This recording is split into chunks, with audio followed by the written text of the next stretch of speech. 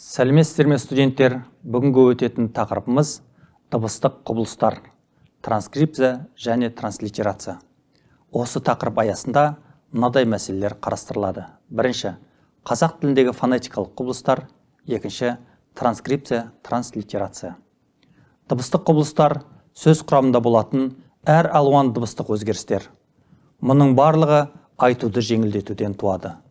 Аккомодация морфемалар жігінде қатар келген дауысты және дауыссыз дыбыстардың бір-біріне ықпал етіп, бейімделіп айтылуы. Аккомодация құбылысында қазақ тілінде негізінен дауыстылар дауыссыздыларға күштілік жасап, өз ықпалын жүргізеді. Аккомодациядағы ықпалдың түрі дауыстының орын тәртібіне байланысты. Сондықтан ол екіге бөлінеді. Дауысты мен дауыссыздардың үндесуі прогрессивті аккомодация. Ала қойды, ала қойды. Дауыссыздар мен дауыстылардың үндесуі регрессивті аккомодация. Тарақ, тарағы. Диссимиляция біркелкі дыбыстардың немесе өзара ұқсас дыбыстардың әр басқа дыбыстар не сәл ғана ұқсас болып өзгеруі. Диссимиляция ассимиляцияға қарама-қарсы құбылыс. Мысалы, латын тіліндегі фебруарус сөзінің февраль болып өзгеріп қалыптасуы диссимиляция құбылысының нәтижесі. Диссимиляцияда дыбыстар бірмен-бірі қатар және ортасына сөз салып та тұруы мүмкін. Шығу төркінінде араптың молла деген сөзі қырғыз, қазақ тілдерінде молда түрінде айтылады. Сондай-ақ күллі, күлді, ыссы, ыстық, ашшы, ашты, алла, алда, алда берген дегенде. Өллә, біллә, алда, білда, сүннәт, сүндет, махаммет, махамбет, үммет, үмбет болып айтылады, кейде жазылады да. Протеза сөздің алдынан басы артық дыбыстың қосылуы. Қазақ тіліндегі протезаға ұшырайтындар қысаң дауыстылар. Олар л, р дыбыстарының басталатын сөздердің алдынан жамалады. Мысалы, ылаж, ылай, рас, рақат, ілеген, ілеп, рәсуа, ұрықсат, ұрух, үрістем, үрөл, шқап, стакан, спектр, шприц. О, е, о бірер сөздерде протеза болады.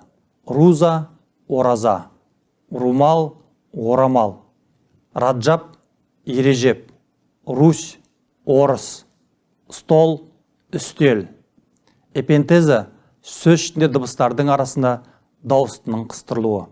Мысалы, метр, литр, трактор, бревно, бөрене, жреби, жеребе, кровать, кереует, капно, көпене.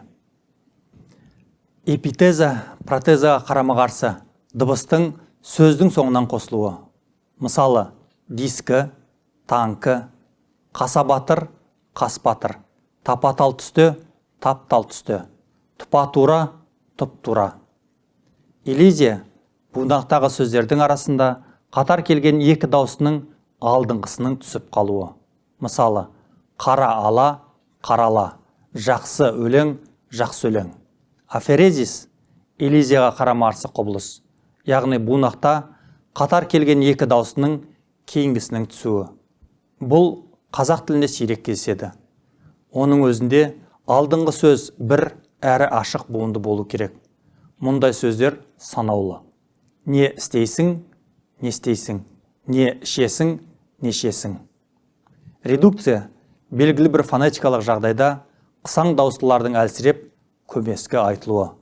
Қазіргі қазақ тілінде толық және жартылай редукция деген терминдер қолданылады. Толық редукция дауысты дыбыстың түсіріліп айтылуын білдірсе, жартылай редукция көмескіленіп, әлсіреп естілетін дауыстыларға байланысты айтылады. Түркі тілінде бұл құбылысты Бетлинг якут тілі туралы атты еңбегінде алғашқылардың бірі болып қарастырады. Кейін оның пікірін Ильминский, Радлов, Ашмарин тағы басқа ғалымдар ары қарай жалғастырып дамытты. Қазақ тілі мысалдарын талдай отырып, зерттеу жүргізген Байынқол Қалиев қазақ тіліндегі дауысты дыбыстардың редукциясы атты еңбегінде дыбыстардың редукциялануын екпінмен байланыстырады. Редукциялану үрдісі бір емес кемінде 2 ашық буынның қатар келуіне байланысты. Ол редукциялануға қолайлы жағдай туғызады. Қазақ, түркі тіліндегі редукциялану құбылысы сөйлеу қарқынына байланысты қалыптасқан үрдіс болғандықтан, олар жеке сөз бойынан асып, синтаксистік байланыстағы сөз тіркестер жағдайында да болады. Мысалы, сары май, сармай, ары жақ, ар жақ, бері кел, бергел, бері жақ, бер жақ, әрі кет, әрі кет.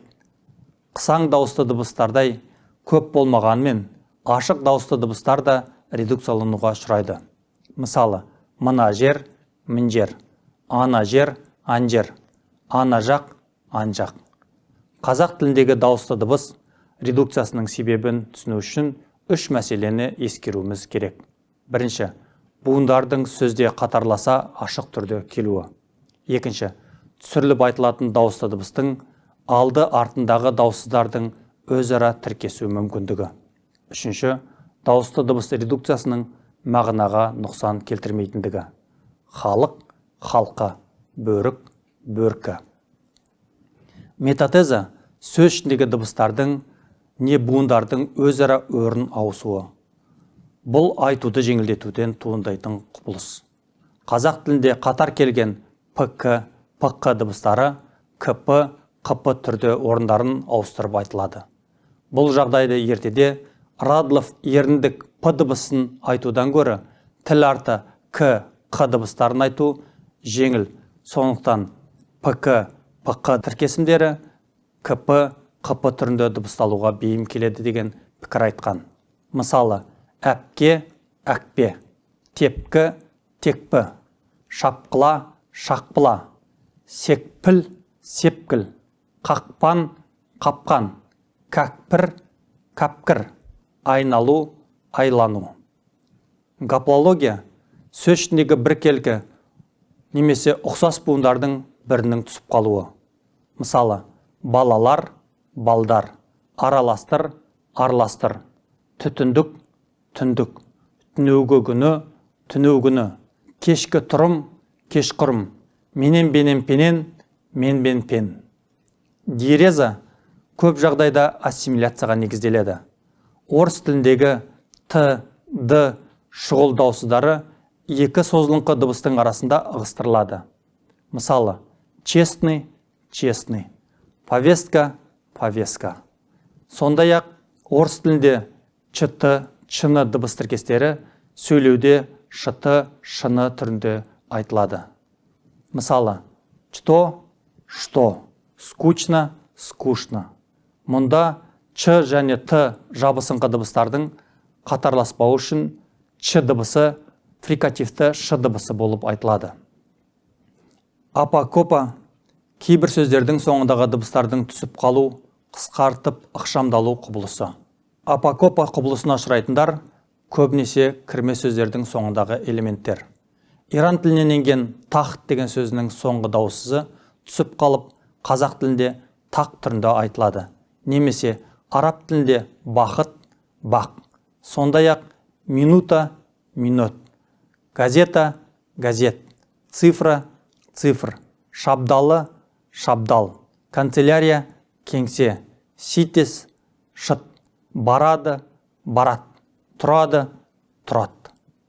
Конвергенция тілдің тарихи даму барысында әртүрлі екі фонеманың бір фонеманың бойына сіңісіп, ұласып кетуі.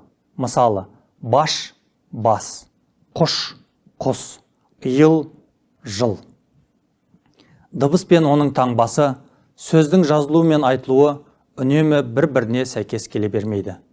Бұлардың арасындағы осы сәйкессіздікті барынша азайтып, дыбыстық тілді мүмкіндігінше дәл беру үшін лингвистикада арнайы жазу, транскрипция қолданылады.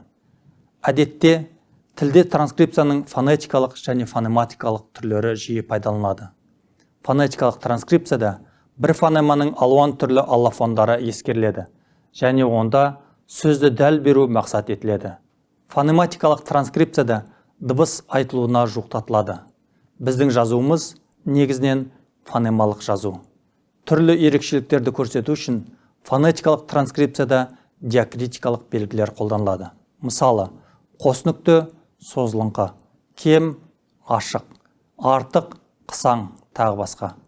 Транслитерация қайсы бір тілдегі тексттерді не сөздерді басқа графикалық жүйе арқылы жазу.